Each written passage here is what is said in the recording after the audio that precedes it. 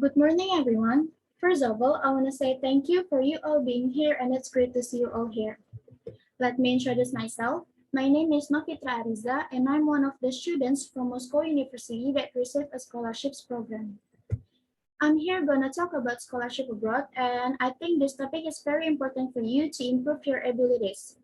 There are two outlines that I want to present to you. I'll start by what the scholarship abroad is, and I'll end it by what the stages that you will choose. My talk should take about 4 minutes, so feel free to interrupt me at any time with questions. As I said before, today I'm going to talk about scholarship abroad, and I want to let you know about what the scholarship abroad is and what is the stage if you want to join the program. Scholarship Abroad program generally is a program for senior high school students held by foreign government. Not only foreign government, the Indonesian government is now actively giving scholarships to Indonesian students to continue studying abroad. Indonesian scholarship recipients who study abroad will certainly have the ability and knowledge to carry out research, so it's hoped that it can be applied effectively in Indonesia. On the other hand, overseas scholarship recipients will see many best practices that might be applied in Indonesia.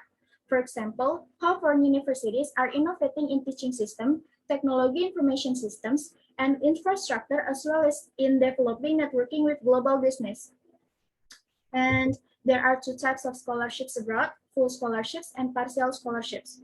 Full scholarships means that your tuition fee and your daily needs are covered by the scholarships. We call it fully funded scholarships. However, the partial scholarships is just covered your tuition fee and not your daily needs too. Here's the stages that you will go through when you decided to join this program. The first stage is administrative selection. This stage is the earliest stage, and you will be asked to complete the required documents, such as the score of a language test, recommendation letter, and academic grades. Usually, you will also be asked to make a curriculum vitae and a motivation letter. It's enough for the first stage, and let's move on to the second stage. The second stage is written examination. In this stage, your academic abilities will be tested. This test is a difficult test because it will eliminate 1,000 scholarship applicants. So, you'd better practice a lot before this test. This now leads us to the third stage. The third stage is interview.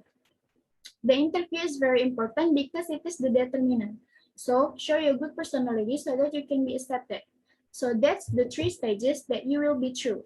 Finally, this brings me to the end of my presentation. But before I stop, let me go through my main points again. If you want to be the scholarship abroad recipients, you should pass the three stages. The first stage is administrative selection.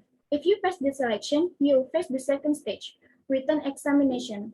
And if you also pass this test, you will go through the final test. That's the interview stage before being accepted.